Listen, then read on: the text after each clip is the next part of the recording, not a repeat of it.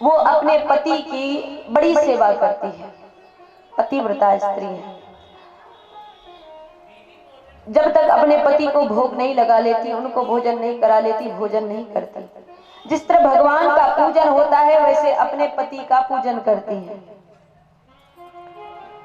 और हे श्री कृष्ण, एक बार की ऐसी घटना है कि उनके पति परदेश जाने वाले होते हैं और उस समय वो स्त्री अपने पति से कहती है, अजी आप परदेश चले जाएंगे तो मेरा जो नियम है, मेरा जो व्रत है, मेरा जो पतिव्रत धर्म है, उसका मैं पालन कैसे करूंगी? क्योंकि बिना आपके चरणों को धोए, आपके चरणामृत को लिए बिना तो मेरा दिन नहीं शुरू होता। मेरे दिन की शुरुआत तो आपके चरणामृत से होती है, आपके चरणों को छूकर होती है। आपकी पूजा करती हूँ, फिर आपको भोजन करवाती हूँ, तो ही मैं जल ग्रहण करती हूँ। ये सब नियम मेरा कैसे पूरा होगा? पति कहता है, देवी इसका एक रास्ता है। बोले क्या? जाना तो मुझे पड़ेगा ही, लेकिन मैं तुम्हें एक अवलंब देता हूँ। और उस पति ने अपनी एक तस्वीर बनवाई और उस तस्वीर को अपनी पत्नी को दे दिया। कहा, देवी जब तक मैं प्रदेश में रहूं तब तक आप इस तस्वीर की ठीक उसी तरह से नियम पालन करना जैसे मेरे साथ करती हो। आपका व्रत भी पूरा हो जाएगा। क्योंकि धन अर्जित करना भी इस जीवन के लिए जरूरी है, सो मैं प्रदेश जाना भी मेरा जरूरी है, इसलिए मैं जाता हूं और आप इस तस्वीर के साथ अपने नियम को पूरा करिए। पत्नी ने कहा ठीक है। और फिर पत्नी जिस प्रकार अपने पति की सेवा करती थी वैसे ही उस तस्वीर की सेवा करने लगी।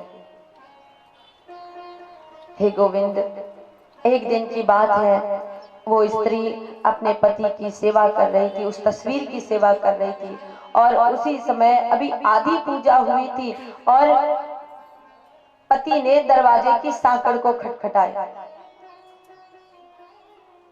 पत्नी का आधा अधूरा अभी पूजा था और पूजा का नियम ये था कि जब तक पूजा पूरी नहीं होती तो तब तक वो स्त्री उठती नहीं थी।